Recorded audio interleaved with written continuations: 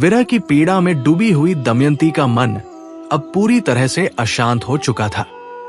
पति नल के बिना ये घना भयावह जंगल उसे हर क्षण डरा रहा था। चारों ओर सन्नाटा पसरा हुआ था और उस सन्नाटे को बस उसकी करुण पुकार और हिचकियों की आवाज ही तोड़ रही थी। उसकी आंखों से आंसुओं की धारा थमने का नाम ही नहीं ले रही थी। हर पेड़ से, हर झाड़ी से, हर पत्ते से बस एक ही प्रश्न करती, हे मेरे प्रियतम नल, तुम मुझे इस तरह अकेले छोड़कर कैसे जा सकते हो? मुझसे आखिर क्या भूल हो गई थी? क्या मेरा प्रेम इतना तुच्छ था कि तुमने मुझे इस भयानक जंगल की गोद में बेसहारा छोड़ दिया? दमयंती नल को पुकारती रही। उसके हृदय में बस एक ही आशा थी कि शायद अगली झाड़ी के पीछे, अगले मोड़ पर या किसी पत्थर के पीछे नल खड़े मिल जाए। पर प्रेम का यह सपना बार बार टूटता रहा।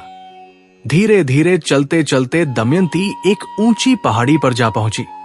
वहां की घनी झाड़ियों में छिपा बैठा था एक विशालकाय अजगर। जैसे ही दमयंती उस झाड़ी के पास पहुंची, वो भयावह अजगर सरसराता हुआ बाहर निकला और उसे निगलने के लिए आगे बढ़ा। दमयंती भयभीत होकर जोर जोर से पुकारने लगी, हे मेरे स्वामी नल, देखो, ये भयानक अजगर मुझे निगलने को बढ़ रहा है। क्या तुम नहीं आओगे मुझे बचाने?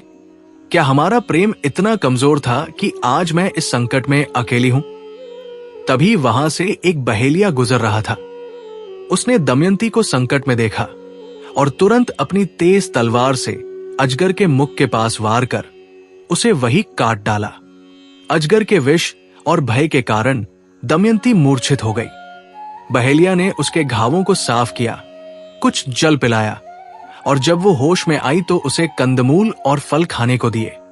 दमयंती, जो विरह के दुख और पीड़ा में अधफटी साड़ी से जैसे तैसे अपने तन को ढक रही थी, उसके सौंदर्य को देखकर बहेलिये का मन काम वासना से भर गया। उसने बड़े मधुर शब्दों में दमयंती से उसकी पहचान पूछी और इस सुनसान जंगल में उसके अकेलेपन का कारण जानना चाहा। दमयंती ने करुण स्वर में अपने जीवन की पूरी पीड़ा सुनाई। उसकी कहानी सुनकर भी बहेलिये के मन में दया नहीं जागी, बल्कि उसका मन और भी कुत्सित हो उठा। उसने दमयंती से अपने मन की नीच बातें कह डाली। दमयंती ने जैसे ही बहेलिये की मनोवृत्ति को समझा, वो मन ही मन क्रोध से भर गई। अपने सतीत्व पर संकट आता देख उसने बहेलिये को श्राप देते हुए कहा, यदि मेरे मन में अपने पति नल के अतिरिक्त आज तक किसी अन्य पुरुष के प्रति कभी कोई गलत विचार तक नहीं आया है, यदि मेरा प्रेम सच्चा और पवित्र है, तो ये बहेलिया अभी के अभी प्राण त्याग दे। जैसे ही दमयंती ने ये श्राप दिया, बहेलिया वही धराशायी होकर मर गया। फिर दमयंती विरह की वेदना से करहाती हुई अपने प्रिय नल को पुकारती हुई जंगल में आगे बढ़ने लगी। भयंकर जंगल की कठिन राहों को पार करते हुए वो एक शांत और सुंदर स्थान पर पहुंची। वहां उसने देखा कि कई महात्मा और तपस्वी गहरे ध्यान और तपस्या में लीन हैं। वहां का वातावरण बड़ा ही मनोहारी और शांत था। हिंसक पशु भी वहां शांत थे। वृक्ष फलों से लदे हुए थे और नदी मीठे जल से कलकल बह रही थी। इस पवित्र स्थान ने उसके दुखी मन को थोड़ी शांति दी। वो आश्रम में जाकर महर्षियों के चरणों में सिर झुकाकर प्रणाम करने लगी। महर्षियों ने उसे आशीर्वाद दिया और पूछा, हे देवी, आपका स्वागत है। आप वन की देवी हैं या कोई देव कन्या? क्या आप नाग कन्या है या कोई यक्षिणी? दमयंती ने नम्र स्वर में उत्तर दिया, हे तपोधन, मैं मात्र एक साधारण मानव कन्या हूं। मैं महाराज भीम की पुत्री और महाराज नल की पत्नी हूं। छलकपट से मेरे पति से उनका राज्य छीन लिया गया और हम दोनों इस वन में आए। एक दिन जब मैं सो रही थी, मेरे पति नल मुझे अकेला छोड़कर चले गए। अब मैं उन्हें ही खोज रही हूं। क्या आपने मेरे प्रिय नल को देखा है? महर्षियों ने उसकी करुण कथा सुनी और करुणा से भरकर बोले, हे भद्रे, हमने तुम्हारे पति नल को यहां नहीं देखा, परंतु अपनी दिव्य दृष्टि से देख रहे हैं कि बहुत शीघ्र ही तुम्हारी नल से भेंट होगी और तुम्हारा राज्य और सुख शांति भी लौट आएगी।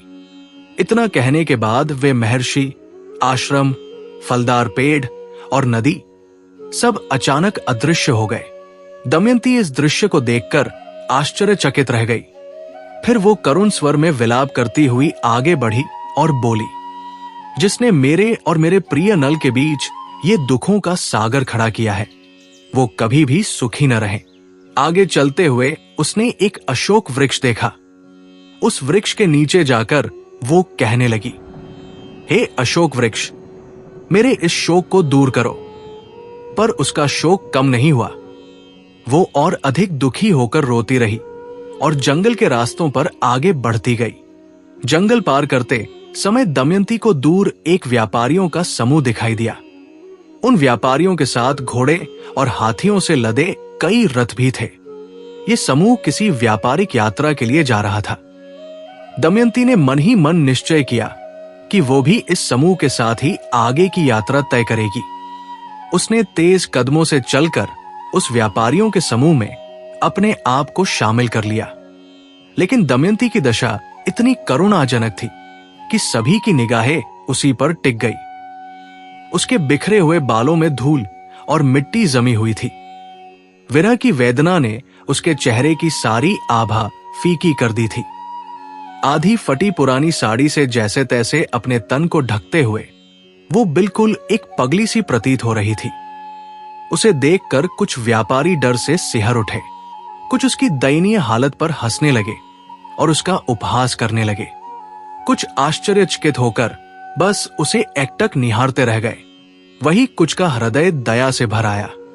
कई व्यापारियों ने तो मन में ये तक सोच लिया कि शायद ये कोई वन देवी है जो किसी परीक्षा के लिए उनके बीच प्रकट हुई है। वे मन ही मन सोचने लगे, ये देवी अवश्य हमारी परीक्षा ले रही है। यदि हम सही व्यवहार करेंगे तो ये हमें आशीर्वाद देंगी। क्या नल और दमयंती की जुदाई खत्म होगी? सच्चा प्रेम जीतेगा या किस्मत फिर देगी धोखा? जानने के लिए पूरी प्लेलिस्ट देखना ना भूलें। आपका मन भी द्रवित हुआ तो कमेंट में दिल से लिखें, प्रेम अमर है। अगला भाग मिस मत करना। बस जुड़े रहो। आपका कीमती समय देने के लिए धन्यवाद। ईश्वर आपके जीवन में भी सच्चा प्रेम और सुख बनाए रखे।